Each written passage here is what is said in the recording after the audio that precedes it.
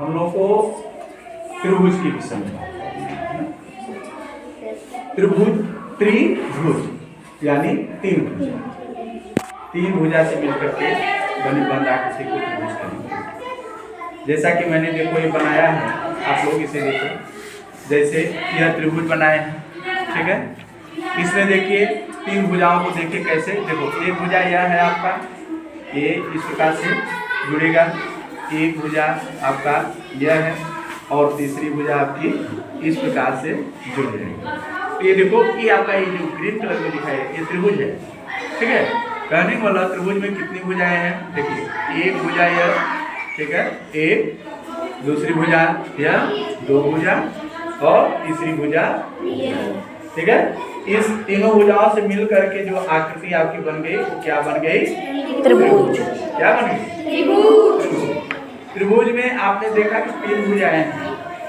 कोण कितने हैं, तीन कोण। एक कोण यह हो गया, एक कोण यह हो गया और एक कोण यह, तीन कोण हो गए।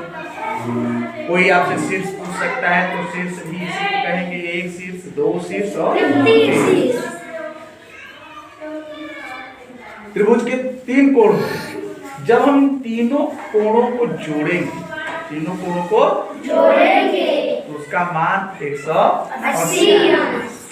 तीनों कोणों का योग हमारा कितना होगा, 180।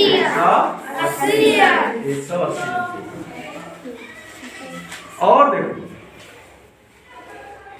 इतना तो है। अब त्रिभुज की तीन भुजाएं हैं। एक और आपका अभी उसमें दिया था किताब कि त्रिभुज की दो भुजाओं का योग तीसरे से बड़ा होगा।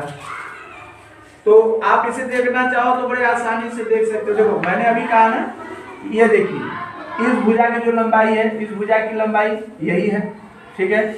और इस भुजा की लंबाई देखिए यह है और तीसरी भुजा की लंबाई आपके यह है, ठीक है। आप दो भुजा जोड़ करके देख सकते हो।